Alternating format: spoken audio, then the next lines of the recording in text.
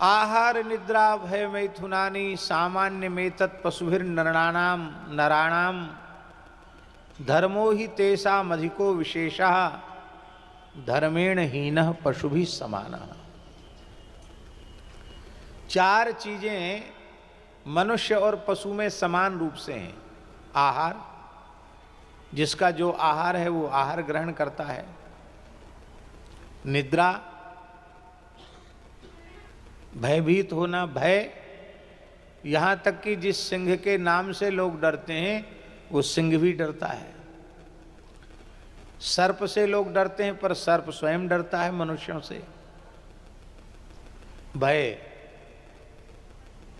आहार, निद्रा, भय, और चौथी चीज है संतान उत्पन्न करना।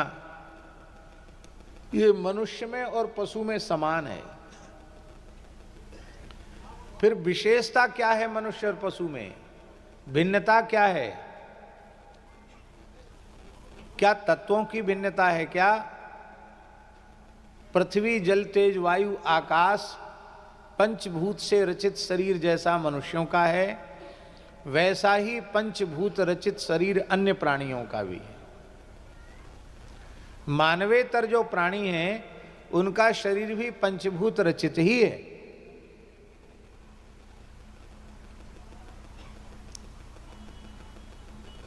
रक्त, मांस, मज्जा, वसा, मेदा, अस्थि, शुक्र आदि सप्त धातुओं से विनिर्मित हमारा शरीर है। ऐसा ही सप्त धातुओं से विनिर्मित जो मनुष्य से इतर शरीर हैं वे भी 7 धातुओं से ही बने हुए हैं। जैसी ज्ञानेंद्रियां, कर्मेंद्रियां हमारी हैं, वैसी ही ज्ञानेंद्रियां, कर्मेंद्रियां मनुष्य से इतर प्राणियों में भी हैं। तो अंतर क्या हुआ? अंतर केवल इतना है, धर्मो ही तेषाम अधिको विशेषः। मनुष्य में धार्मिकता है, धर्म है मनुष्य में। धर्मो ही तेषाम अधिकः।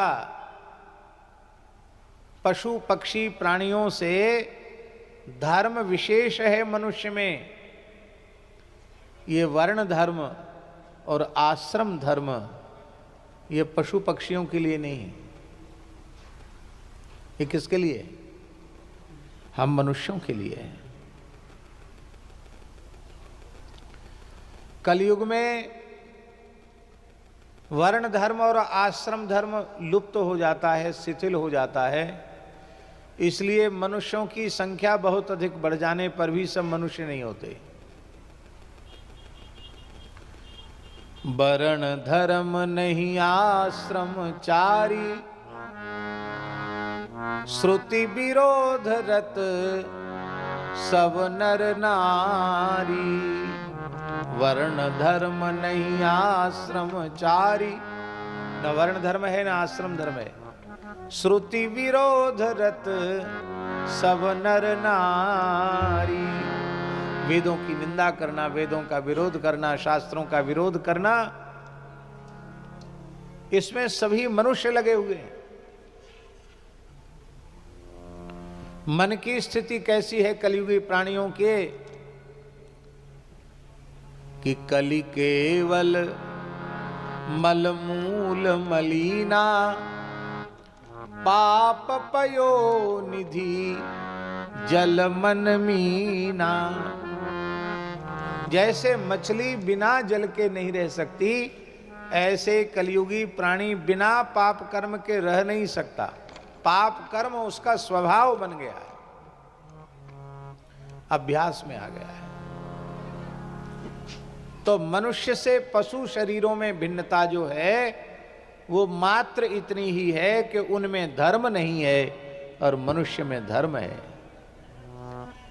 अब किसी मनुष्य में धर्म ही न रहे तो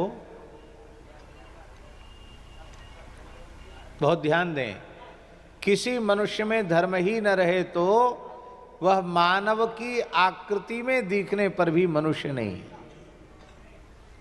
वो पशु ही है। पशु नहीं, हम तो कहेंगे पशुओं से भी गया बीता है।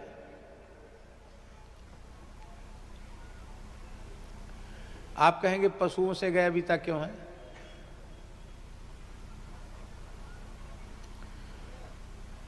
पशु अपनी उदर पूर्ति के लिए, पेट भरने के लिए किसी की चोरी नहीं करता, किसी से झूठ नहीं बोलता, किसी से छल कपट नहीं करता, किसी के भूमि भवन पर कब्जा नहीं करता। अपने श्रम से जो आहार उसे उपलब्ध होता है उससे अपनी उदर पूर्ति कर लेता है। और मनुष्य अपने स्वार्थ की पूर्ति के लिए क्या नहीं करता है? तो यदि जीवन में धर्म न हो, सदाचार न हो, भगवत भक्ति न हो, भगवत शरणागति न हो, गौ ब्राह्मण संतों के प्रति आदर भाव न हो, माता पिता के प्रति पूज्य भाव न हो, उनके प्रति सेवा भाव न हो, तो निश्चित ही मनुष्य के आकार में दिखने पर भी उसे मनुष्य नहीं कहा जा सकता है।